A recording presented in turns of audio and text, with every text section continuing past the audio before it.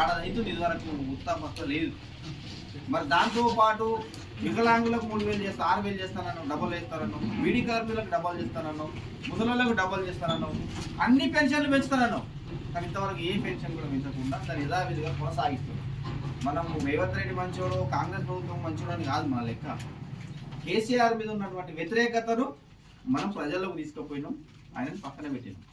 రేపు తెల్లారి మాకు ఇచ్చిన హామీని నువ్వు నెరవేర్చకపోతే రేపు తెల్లారి ఖచ్చితంగా నీకు కూడా అదే గతి పడుతుంది ఆయన అని చెప్పేసి మనం చెప్పడానికి వరకు ఈ నెల 27వ తారీఖు మొత్తం రాష్ట్ర వ్యాప్తంగా చేస్తున్న కార్యక్రమం. ఒక సిరికొండలో ఒక గట్టిలో కాదు, రాష్ట్ర వ్యాప్తంగా చేస్తున్నాం. వ్యవసాయ కూలీగా నేనున్నా, నా భార్య కూలి పనికి పోతుంది, ఉపాధి పనికి పోతుంది, నేను వ్యవసాయ పనికి పోతుంది.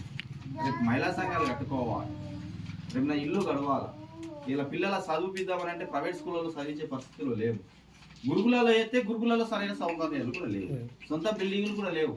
ఆ చదువు కూడా మనం అనుకుంటున్నాం మన పిల్లలు గురుకులంలో ఉన్నారు, చాలా బాగున్నది అనుకుంటున్నాం మనం. కానీ మనమే వాళ్ళ మీద కొంత బాగున్నాం అనిపిస్తుంది. మీరు పిల్లలని అడిగి తెలుసుకోవాలి, మన పిల్లలు గురుకులంలో ఉంటారు. అంటే ఏ ప్రభుత్వం కూడా విద్యను నిర్లక్ష్యం చేస్తున్నారు. ఆ విద్యను కూడా సరి చేయాలని చెప్పేసి కూడా మనం అడగాల్సిన అవసరం ఎంతైనా ఉన్నది. కాబట్టి మీరందరూ అర్థం చేసుకుని పెద్దగా మాట్లాడాల్సిన విషయం కూడా మీ అందరికి తెలుసు. మేము దరఖాస్తు ఫారాలు ఇస్తాం, మీరందరూ అది ఫిలప్ చేసుకొని ఆధార్ కార్డు జిరాక్స్ పెట్టుకొని 27వ తారీఖు బుధవారం నాడు అందరం సిరికొండ మండల కేంద్రానికి వస్తే ఎంఆర్ఓ గారికి మెమోరాండం ఇస్తాం. అట్లాగే 2వ తారీఖు నాడు చలో కలెక్టరేట్ కార్యక్రమం ఉంది. అన్ని కలెక్టరేట్లలో అందరం కూడా కలగడానికి ప్రయత్నం చేయాలి. దాదాపు 60 లక్షల మంది కూలీలే ఉన్నారు.